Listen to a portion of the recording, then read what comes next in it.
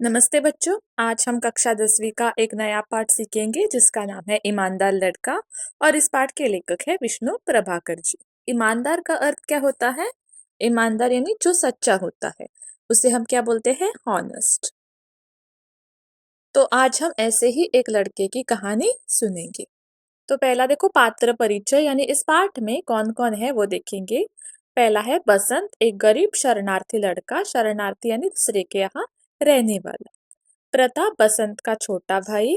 बिकू अहिर बसंत और प्रताप का संरक्षक। संरक्षक यानी जो कोई देखरेख कर रहा हो वह। पंडित राजकिशोर एक नेता। कृष्ण कुमार पंडित राजकिशोर के परिचित। परिचित यानी जान पहचान वाले। डॉक्टर तथा दो राह चलते व्यक्ति। पहला दृश्य क्यों लिखा है? क्योंकि यह एक नाटक है। यह जो पाठ है उसे नाटक के रूप में प्रस्तुत किया है। तो आपको यहाँ पहला दृश्य, दूसरा दृश्य ऐसे दिखाई देंगे। पहला दृश्य क्या हो रहा है? पहले दृश्य में देखो, स्टेज पर सुविधा अनुसार एक बड़े नगर के बाजार का प्रतीकात्मक दृश्य। तो एक स्टेज है और वहां एक बड़े नगर यानी शहर के बाजार का दृश्य बनाया गया है। प्रतीकात्मक यानी बाजार जैसा, असली बाजार नहीं बल्कि बाजार जैसा एक दृश्य स्टेज पर बनाया है। आने जाने लेने देने का शोर, फेरी वालों की पुकार। तो बाजार में लोग आ रहे हैं, जा रहे हैं। कुछ लोग कुछ सामान ले रहे हैं, कुछ सामान बेच रहे हैं। फेरी वालों की पुकार। फेरी वाले कौन होते हैं? जो घूम घूम कर एक जगह से दूसरे जगह पर जाकर अपना सामान बेचते हैं। उन्हीं के बीच में एक लड़का नंगे पैर, फटे कपड़े पहने, हाथ में सामान संभाले भागता हुआ आता है। तो उन्हीं के बीच में एक लड़का है। उन्हीं के बीच यानी फेरी वालों के बीच में एक लड़का है जिसने अपने पाँव में कुछ नहीं पहना है। उसके कपड़े जो है फटे हैं और हाथ में कुछ सामान है। जगह से दूसरे जगह पर भागता हुआ दिखाई देता है। वो उसकी आयु लगभग 12 वर्ष की है। आयु यानी उम्र, एज। तो उसका नाम क्या है? इसका नाम बसंत है। वह पुकार रहा है यानी वह अपनी चीजें, अपना सामान बेच रहा है। बसंत, छलनी ले लो, बटन ले लो, दिया सलाई ले लो। तो वह कुछ चीजें बेच रहा है, जैसे कि छलनी है, बटन है और दिया सलाई। छलनी यानी जो चाय छानने के लिए हम जिसका इस्तेमाल करते हैं वो स्ट्रेनर। बटन और दिया सलाई यानी मैच बॉक्स, माचिस। कोई उसकी बात नहीं सुनता, सब उसे देखते हैं और आगे बढ़ जाते हैं। इसी समय एक खद्दरधारी व्यक्ति वहां से जाते दिखाई देते हैं। हाथ में सामान से भरा थैला है। वह मजदूर नेता पंडित राजकिशोर है। बसंत उन्हें देखकर उनके पीछे भागता है। तो बसंत अपनी चीजें बेच रहा था, अपना सामान बेच रहा था, पर कोई उसकी ओर देख नहीं रहा था क्योंकि वो छोटा बच्चा है। सब उसे देखकर अनदेखा कर रहे थे। तभी उसे कौन दिखाई देता है? एक खद्दरधारी व्यक्ति। खद्दरधारी यानी जिस व्यक्ति ने खादी के कपड़े पहने हो उसे हम खद्दरधारी व्यक्ति कहते हैं। हाथ में सामान से भरा थैला है। तो उस व्यक्ति के हाथ में सामान है, सामान से भरा थैला। थैला यानी बैग है। और वो कौन है? मजदूर नेता, मजदूरों के नेता है पंडित राजकिशोर। तो बसंत उन्हें देखकर उनके पीछे भागता है। तो बसंत को आशा थी कि वे नेता जो है वो कुछ ना कुछ सामान खरीदेंगे, इसलिए बसंत उनके पीछे भागता है। यहाँ एक बात याद रखना, यह जो है छलनी, बटन और दिया सलाई, यह जो चीजें हैं जो बसंत बेच रहा था, तो आपको परीक्षा में ऐसा पूछा जाता है कि बसंत कौन कौन सी चीजें बेच रहा था, तो इनसे याद रखना। तो आगे देखो, बसंत, साहब बटन लीजिए, देसी बटन। साहब दिया सलाई लीजिए। राजकिशोर, नहीं भाई, कुछ नहीं चाहिए।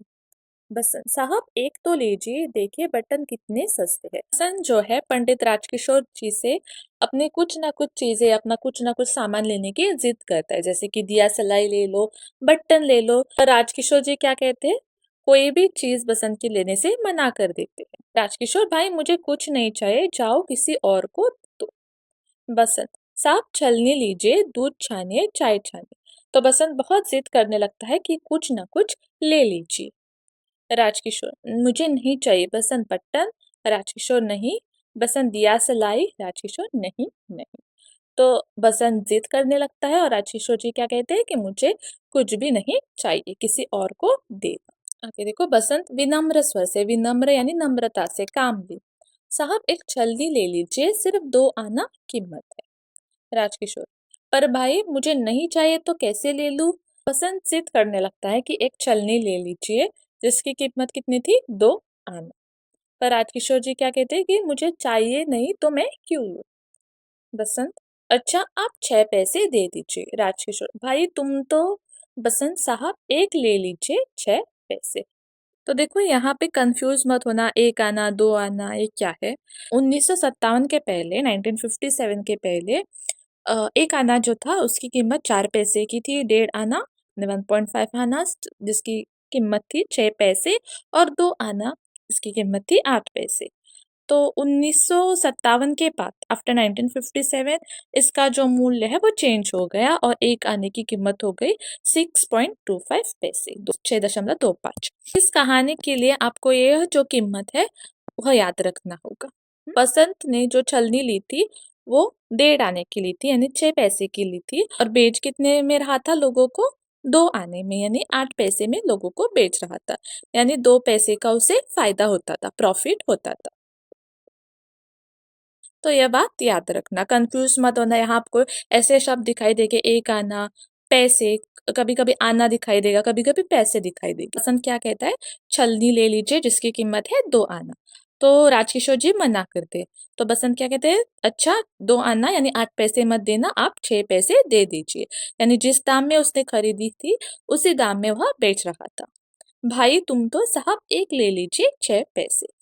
तो बसंत जो अपना सामान था उसका दाम कम करके बेच रहा था। राजकिशोर, ओहो कह दिया, मुझे कुछ नहीं चाहिए। बसंत रुआसा, रुआसा यानी रोने का होने वाला। साहब सवेरे से अब तक कुछ नहीं बिका, आपसे आशा थी साहब, एक तो ले लीजिए। तो क्या हुआ था? बसंत सुबह से अपनी चीजें बेच रहा था पर एक भी नहीं बिकी थी, और अब पंडित राजकिशोर भी उसका सामान लेने से मना कर रहे थे, इसलिए जो बसंत था वो रोने का होने वाला था। राजकिशोर जेब से 2 पैसे निकालते हुए, तुम तो, अच्छा तुम्हें पैसे चाहिए, लो ये 2 पैसे लो और जाओ। तो राजकिशोर जी को लगा कि बसंत को पैसे चाहिए थे।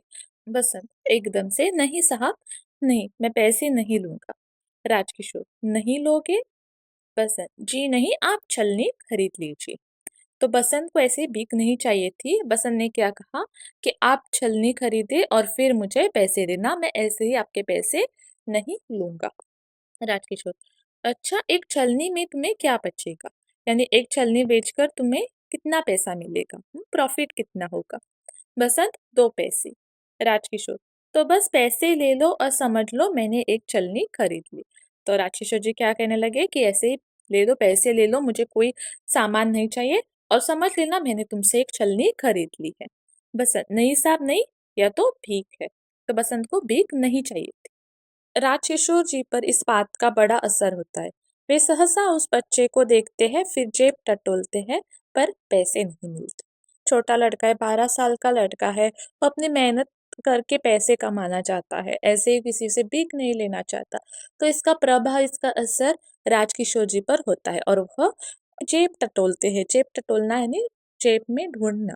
तो जेब में पैसे ढूंढते हैं, पर पैसे नहीं मिलते। पैसे यहाँ सिक्के होते हैं, कॉइन्स। ओके, आना यानी छोटे छोटे कॉइन, सिक्के। तो उसे सिक्के, उसे पैसे नहीं मिलते। राजकिशोर, भाई मेरे पास पैसे नहीं है, होते तो ले लेता, नोट है। तो राजकिशोर जी के पास पैसे नहीं थे, वो कॉइन्स नहीं थे, नोट था। बसंत उदास उदास होकर कहने लगा, नोट है, पैसे तो मेरे पास भी नहीं है, कुछ बिका ही नहीं है। तो सुबह से बसंत की एक भी चीज नहीं बिकी थी, इसलिए बसंत के पास भी पैसे नहीं थे। राजकिशोर, तभी तो कहता था, अच्छा कल ले लूंगा या मेरे घर ले आना, किशनगंज में रहता हूँ। तो राजकिशोर जी क्या कहने लगे कि मेरे पास आज पैसे नहीं है, मैं कल ले लूंगा या मेरे घर पे ले आना, मैं किशनगंज में रहता हूँ। बसंत एकदम से, नहीं साहब आज ही ले लीजिए, आप नोट मुझे दीजिए, मैं अभी बाजार से पुना लाता हूँ।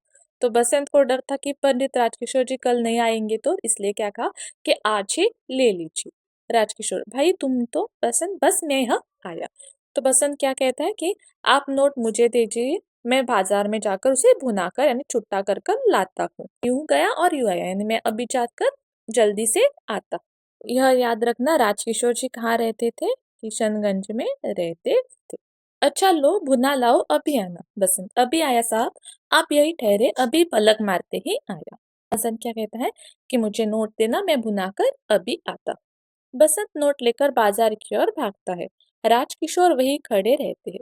धीरे धीरे 15-20 मिनट बीत जाते हैं। जैसे जैसे समय बीतता है वैसे उत्सुक होकर बाजार की ओर देखते।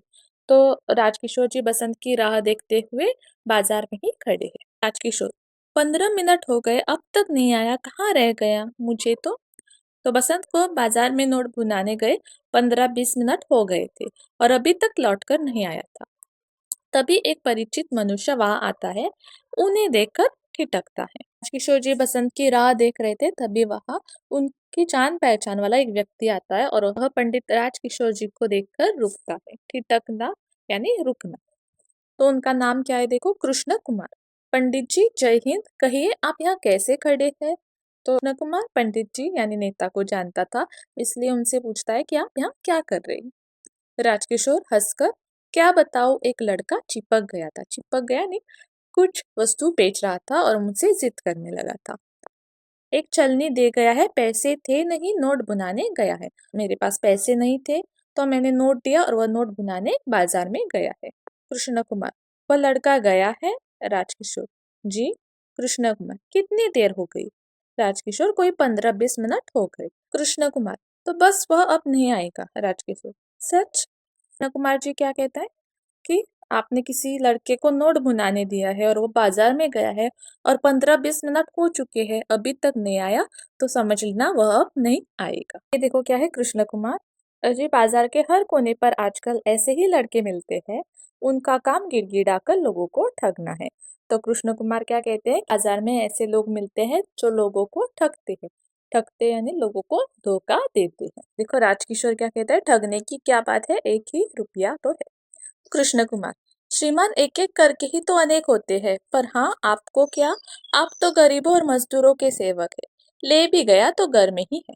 तो कृष्ण कुमार क्या कहता है कि यह जो लोग हैं जो ठगते हैं, वह एक एक करके बहुत सा पैसा कमाते हैं, पर आपको उसका क्या फर्क पड़ता है, क्योंकि आप तो मजदूरों के नेता है, आप मजदूरों को मदद करते हैं। राजकिशोर जी हंसकर, सो तो तुम सच कहते हो, सब उन्हीं का प्रताप है, पर भाई इसका यह मतलब नहीं है कि वे इस तरह ठगी करते फिर। राजकिशोर जी क्या कहते हैं कि हाँ, मैं मदद करता हूँ, पर ऐसा नहीं कि लोग ठगना शुरू कर दे। कहता है कृष्ण कुमार, हंसकर कहता है कि देख लीजिए, यानी मैंने जो कहा है वही सच होगा। राजकिशोर, पर भाई वो लड़का तो मुझे भला लगता था, विश्वास नहीं होता। अच्छा चलो कोई बात नहीं, समझे कि यह भी 1 रुपया देकर पाठ पड़ा। तो राजकिशोर जी क्या कहते हैं कि वो तो दिखने में भला अच्छा लड़का लगता था, ईमानदार लगता था, पर कोई बात नहीं, हम ऐसा समझेंगे कि 1 रुपया देकर उसने हमें कुछ सिखा दिया। कृष्ण कुमार और भी तेजी से हंसता है। पाठ सुंदर है, भले लड़के से पढ़ा है। अजी साहब भले न बने तो उनके जाल में फंसेगा कौन? अच्छा जय हिंद, मैं तो चला। राजकिशोर जी जय हिंद। तो क्या हुआ? कृष्ण कुमार क्या कहता है, पाठ आपने सुंदर पढ़ा है, भला समझ के तो आपने पैसा दे दिया, ऐसे ही भले बनकर लोगों को ठगते हैं, अगर भला ना बने तो कौन फंसेगा? तो इतना कहकर वो अलविदा कहता है, जय हिंद कहता है और चला जाता है। राजकिशोर जी भी उन्हें जय हिंद कहते हैं।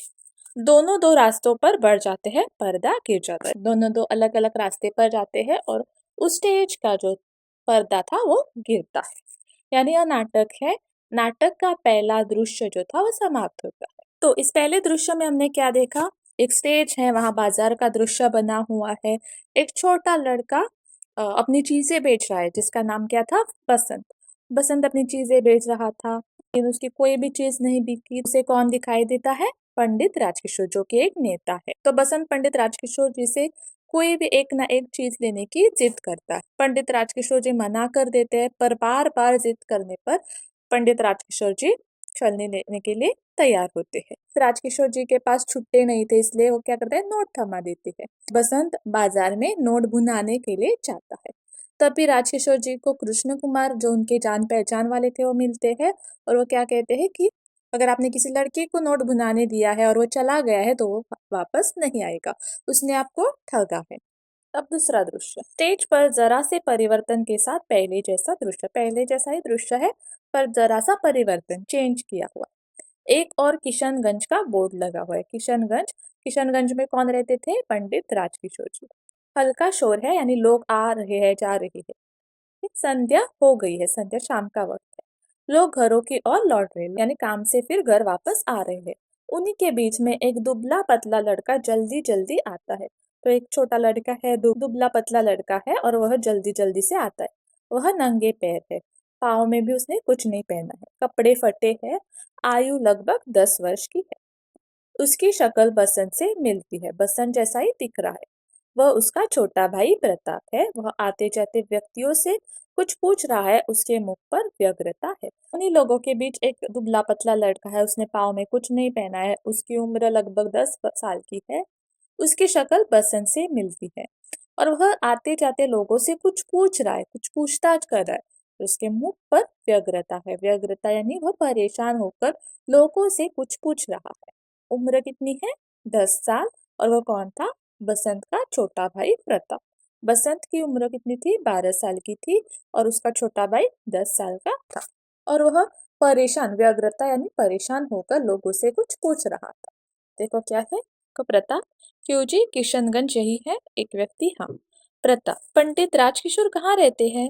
एक व्यक्ति, कौन राजकिशोर? तो प्रताप आते जाते लोगों से पूछ रहा था कि पंडित राजकिशोर जी कहाँ रहते हैं। तो एक व्यक्ति से पूछा तो उन्होंने फिर से पूछा, ये कौन राजकिशोर? वो राजकिशोर जी को नहीं जानते थे। प्रताप, जो लेक्चर देते हैं, मजदूरों की बस्ती में जाते हैं। तो उसने कहा जो लेक्चर देते हैं, जो पढ़ाते हैं और मजदूरों के बस्ती में जाते हैं। एक व्यक्ति, मैं नहीं जानता, आगे पूछो। तो उसने कहा कि मैं नहीं जानता किसी राजकिशोर जी को, आगे पूछ लो। प्रताप आगे बढ़ जाता है और एक दूसरे व्यक्ति से पूछता है। प्रताप, क्यों जी, पंडित राजकिशोर जी कहाँ रहते हैं? दूसरा व्यक्ति, कौन पंडित राजकिशोर? वे जो मजदूरों के नेता है? तो प्रताप कहता है, हाँ हाँ वे ही। दूसरा व्यक्ति इशारा करके, इशारों से बताता है, उधर देखो वह नीला पर्दा है ना? प्रताप, हाँ। दूसरा व्यक्ति, बस वे वही रहते हैं। तो प्रताप जो था वो एक व्यक्ति से पूछता है कि पंडित राजकिशोर जी कहाँ रहते हैं। उसे तो मालूम नहीं था, तो दूसरे व्यक्ति से पूछता है। दूसरा व्यक्ति उसे इशारा करके बताता है कि वह जो नीला पर्दा दिख रहा है, नीला यानी ब्लू कलर, वह जो पर्दा दिखाई दे रहा है वहाँ पंडित राजकिशोर जी रहते हैं। व्यक्ति आगे बढ़ जाता है। प्रताप नीले पर्दे वाले मकान के सामने जाकर पुकारता है, राजकिशोर जी, पंडित राजकिशोर जी। अंदर से आवाज आती है, राजकिशोर, कौन? खिड़की से झांककर देखते हैं। क्यों भाई, क्या बात है? प्रताप, जी मुझे मेरे भाई ने भेजा है। राजकिशोर, तुम्हारा भाई? ठहरो मैं आता हूँ। बाहर आकर, तेरा भाई कौन है बच्चे? प्रताप, आज दोपहर को उसने आपको एक छलनी भेजी थी। राजकिशोर, हाँ हाँ, आज मैंने एक लड़की से छलनी ली थी, तो उसने क्या कहा कि तुम्हारा भाई कौन है? मैं तो नहीं जानता। आज दोपहर आपने जिससे छलनी खरीदी थी ना, वह मेरा भाई है। तो राजकिशोर जी कहते हैं कि हाँ, मैंने छलनी ली थी और मैंने उसे 1 रुपए का नोट भी दिया था। तो प्रताप क्या कहता है, देखो, वह नोट भुनाने गया था, मगर जब भुनाकर लौट रहा था तो मोटर के नीचे आ गया। मोटर उसके ऊपर से निकल गई। राजकिशोर, अचरज, अचरज यानी हैरान होकर, आश्चर्य होकर, क्या मोटर उसके ऊपर से निकल गई? प्रताप, स्वर गिरता है, स्वर गिरना यानी बहुत दुखी होकर कहता है, उसका सामान, पैसे सब बिखर गए, उसके दोनों पैर कुचले गए। राजकिशोर, भयभीत होकर, पैर कुचले गए? प्रताप पंडित राजकिशोर जी से बसंत के साथ घटी हुई दुर्घटना बताता है।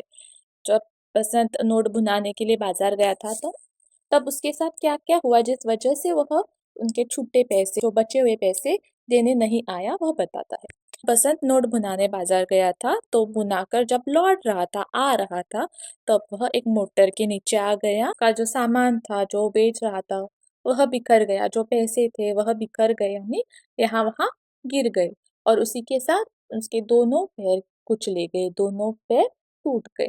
प्रताप रुआसा, जी हाँ, और इसलिए वह आपके पास न आ सका। वह बेहोश हो गया था, बड़ी मुश्किल से घर ले गए। तो प्रताप क्या कहने लगा, ये सब उसके साथ हो गया, इसलिए वह आपके पैसे लौटाने नहीं आ सका, और वह बेहोश हो गया था, उसे होश नहीं था, इसलिए हम उसे घर लेकर गए। थोड़ी देर में जब उसे होश आया तो उसने मुझे आपके पैसे लौटाने को कहा। मैं आपके 14.5 आने लाया हूँ। तो उसने क्या कहा, मैं उसे घर लेकर आया।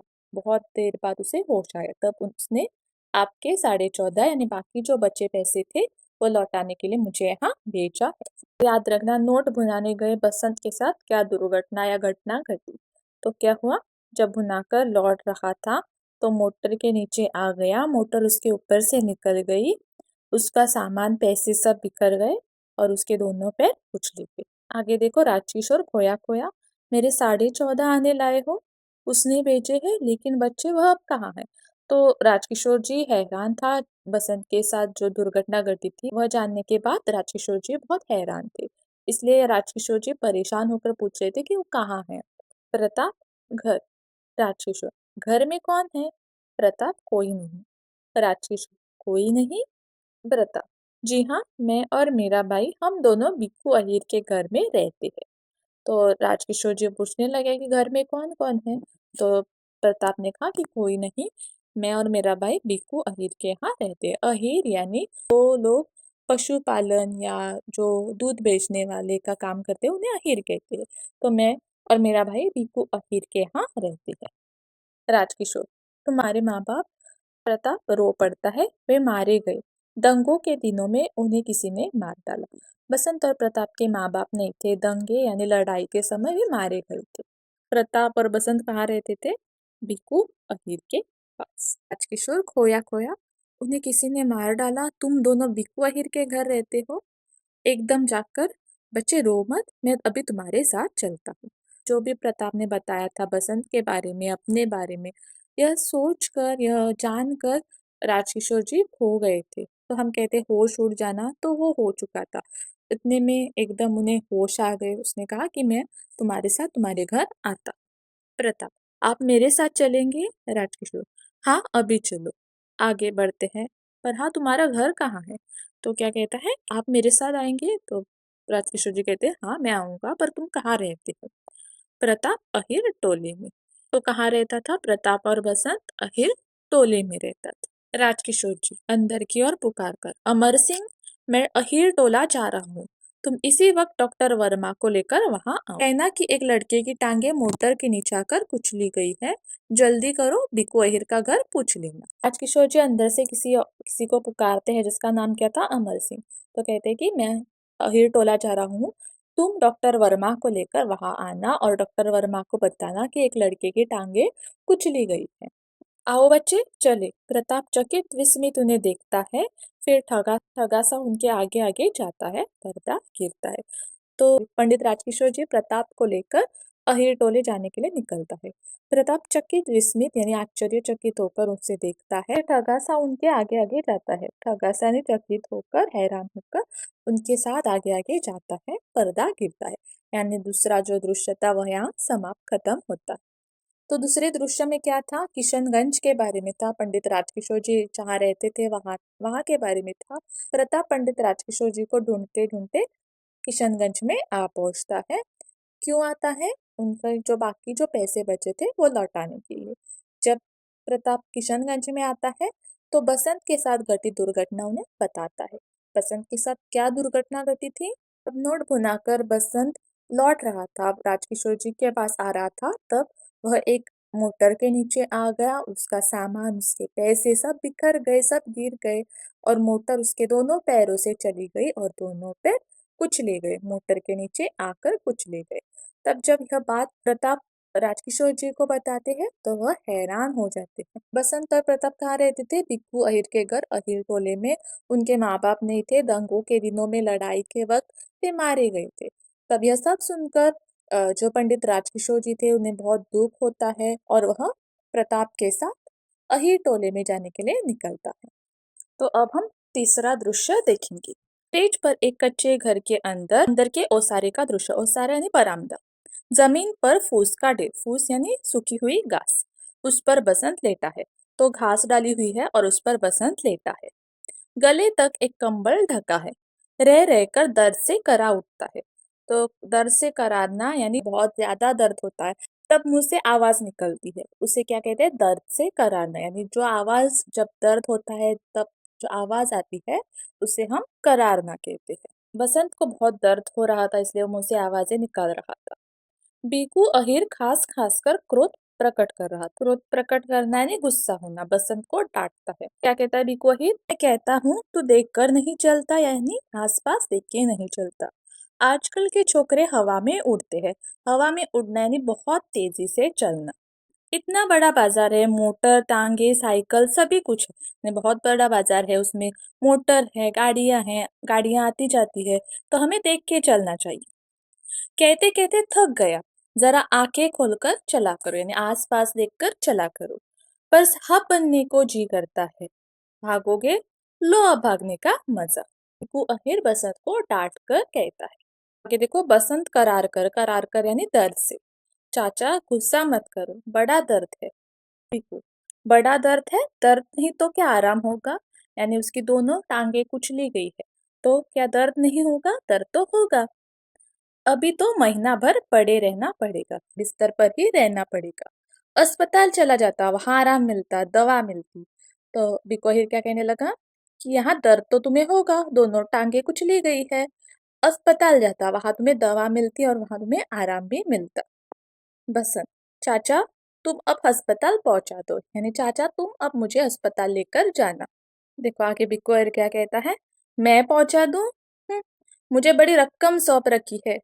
कहाँ गया प्रताप, वह भी कम नवाबी नहीं, पैसे देने गया। ईमानदार है ना पर।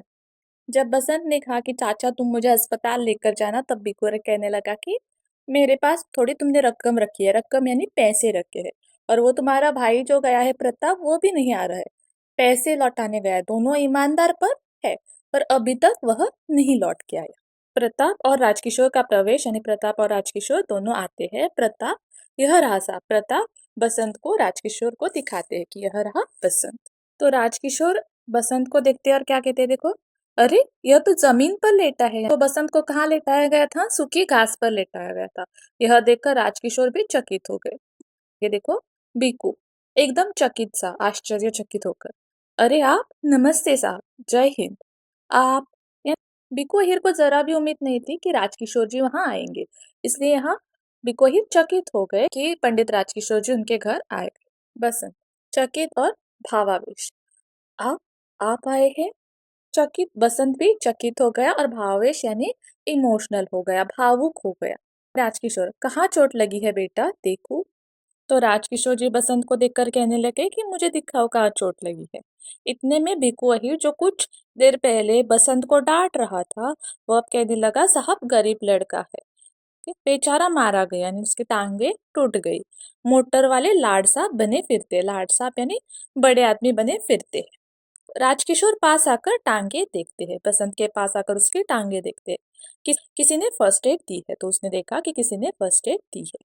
पट्टी बंदी है, छूते ही चीख निकल जाती है। ऐसे ही राजकिशोर जी ने बसंत के पैरों को छुआ तो उसे दर्द होने लगा। बसंत ओठ बिचक कर आह खींचता है। बसंत, ओह ओह। तो जैसे ही पंडित राजकिशोर जी ने बसंत के पैरों को छुआ, उसे बहुत दर्द हुआ और वह चीखने लगा। उसने में बसंत ओठ बिचक कर आह खींचता है, यानी दोनों ओठों को दबाकर अंदर ही अंदर आवाज दबाना, उसे ओठ बिचक कर आह खींचना कहते हैं। तो बसंत ओठ बिचक कर आह खींचता है। राजकिशोर कुछ देर इसी तरह देखते हैं, तो राजकिशोर जी बसंत को और बसंत के पैरों को देखते रहते हैं। राजकिशोर, नहीं नहीं घबराओ नहीं। बसंत डर से करारते हुए, दर्द में है, और वो कहता है देखो क्या, मैं मोटर से टकरा गया था, इसलिए तब आपके पैसे न लौटा सका।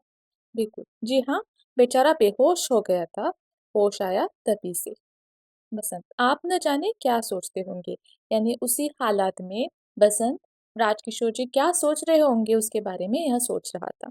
राजकिशोर, उस बात की चिंता न करो बेटा, मैंने डॉक्टर को बुलवाया है, तुम ठीक हो जाओगी। तो राजकिशोर जी क्या कहते हैं, जो हो गया उस बात की फिक्र, उस बात की चिंता अब तुम ना करो, मैंने डॉक्टर को बुलाया है। डॉक्टर का प्रवेश, यानी डॉक्टर आते हैं। देखो, हर्ष से यानी खुशी से, डॉक्टर साहब तो आप ही गए। डॉक्टर साहब, बसंत यह रहा। डॉक्टर साहब, मैंने उसे हल्दी डालकर दूध पिलाया है। तो बिक्कू को बहुत खुशी हुई। क्यों खुशी हुई, क्योंकि अब उससे पैसे खर्च नहीं करने पड़ेंगे। तो बिक्कू कहने लगा कि डॉक्टर साहब यह देखो, यह है बसंत और मैंने उसे हल्दी डालकर दूध पिलाया है। डॉक्टर, हेलो पंडित जी, यह लड़का है, मैंने इसे बाजार में देखा है। राजकिशोर, जी हाँ, जरा देखिए तो। डॉक्टर पैर देखते हैं। बसंत जोर से ओठ भींचता है, यानी जोरों से ओठ दबाता है। प्रताप की आंखों से आंसू झरते हैं। अपने भाई को दुख दर्द में देखकर प्रताप रोने लगता है। आंसू झरना यानी रोने लगना। कभी भाई को देखता है, कभी डॉक्टर को, यानी अपने भाई को देखता है, कभी डॉक्टर को देखता है कि डॉक्टर क्या बोलेंगे। राजकिशोर उत्सुकता से पूछते हैं, राजकिशोर डॉक्टर से पूछते हैं, राजकिशोर, क्यों डॉक्टर, ठीक हो जाएगा ना? तो डॉक्टर क्या कहता है, गंभीरता से सीरियस होकर कहता है, पंडित जी, ऐसा लगता है कि पैर की हड्डी टूट गई। स्क्रीनिंग करके देखना होगा कि क्या हुआ है। दूसरा पैर ठीक है, पर इसे अभी अस्पताल ले जाना चाहिए। तो डॉक्टर गंभीरता से कहता है कि एक पैर की हड्डी तो टूट चुकी है। स्क्रीन करके देखना, स्कैन करके देखना पड़ेगा कि क्या हुआ है। दूसरा पैर तो ठीक लगता है, पर अभी मैं कुछ नहीं कह सकता। अभी के अभी जल्द से जल्द कहाँ अस्पताल लेके जाना पड़ेगा। बीकू: मैंने तो तभी कहा था हुजूर, पर तो बीकू यहाँ अपनी अच्छाई साबित करने के लिए कहने लगा कि मैंने तो कहा था अस्पताल जाने के लिए, पर ऐसा नहीं था। बसंत खुद बिकोहिर से कह रहा था कि मुझे अस्पताल लेके जाओ, पर बिकोहिर ने क्या कहा था कि मैं तुम्हें क्यों लेके जाऊँ, तुमने मुझे थोड़ी पैसे दे कर रखे है। राजकिशोर: तो क्या हुआ, अभी ले चलो, एम्बुलेंस के लिए फोन करता हूँ। डॉक्टर: जी हाँ, कराइए, मैं तब तक इंजेक्शन लगाता हूँ। बसंत आँख खुलकर, बसंत ने आँख बंद की थी क्योंकि उसे दर्द हो रहा था। अब आँख खुलकर कहने लगा, आप क्या कर रहे हैं? मैं गरीब हूँ। उसने कहा कि मेरे पास आपको देने के लिए पैसे नहीं है। आप मुझे अस्पताल लेके जा रहे हैं, पर मेरे पास पैसे नहीं है, मैं गरीब हूँ। राजकिशोर हंसकर, तुम चिंता मत करो, बस चुपचाप लेटे रहो बेटा। बसंत: नहीं नहीं, वह ऐसे पैसे या किसी की मदद ऐसे ही नहीं लेना चाहता था, इसलिए उसने कहा कि नहीं नहीं, आप ऐसे मदद मत करो, मेरे पास आपको देने के लिए पैसे नहीं है। राजकिशोर अनसुना करके, यानी कुछ बात सुनी नहीं ऐसा करके कहने लगे, डॉक्टर साहब, जब तक मैं नहीं आता आप यही रहिए, इसे बचाना ही होगा। यह गरीब है, पर इसमें एक दुर्लभ गुण है, यह ईमानदार है। राजकिशोर जी ने डॉक्टर से कहा कि आप यही रहिए, हमें इस बच्चे को बचाना है, इसमें एक गुण है दुर्लभ, यानी जो आसानी से किसी में नहीं मिलता, सहसा किसी में नहीं मिलता। और वो दुर्लभ गुण कौन सा था? ईमानदारी का। इतने में बिकोहिर क्या कहने लगा, देखो बिको, हाँ हाँ हजूर, आप ठीक कहते हैं, लड़का खरा सोना है, मेरा लड़का सच्चा और ईमानदार है। खरा सोना यानी सच्चा और ईमानदार है हजूर, तभी मैंने इन्हें अपने घर में रखे हुए, इन्हें यानी बसंत और प्रताप। हुजूर, दोनों भाई दिन भर बाजार में मेहनत करके कमाते हैं, यानी उन्हें मेहनत करके पैसे कमाना अच्छा लगता है। वह ऐसे ही किसी की मदद नहीं लेते या ऐसे ही किसी के पैसे नहीं लेते। हजूर बड़े ईमानदार है, ईमानदार की आखिर सुनी ही जाती है, यानी सच्चे हैं, ईमानदार है, इसलिए भगवान ने इन ईमानदार बच्चों की सुनी है। बिकू अहिर बोलता बोलता राजकिशोर के पीछे जाता है, तो बोलते बोलते राजकिशोर जी के पीछे जाते हैं। डॉक्टर प्रताप की सहायता से इंजेक्शन तैयार करते हैं। प्रताप की मदद से जो इंजेक्शन बसंत को देना है वो तैयार करते हैं। बसंत आंखें बंद कर लेता है, क्षण भर के लिए उसके मुख पर शांति और कृतज्ञता ऊपर आती है। कृतज्ञता यानी किसी के उपकार के धन्यवाद की भावना, थैंकफुल। पर्दा गिरने लगता है, फिर उठता है। डॉक्टर इंजेक्शन लगाते हैं, बसंत ओठ भींचता है। ओठ भींचना यानी कसकर दबाना। प्रताप भाई का सिर थामता है और पर्दा गिरता है। तो ये आखिरी में क्या होता है, इसकी बात की है। सारे क्या करते हैं, एम्बुलेंस की राह देखते हैं।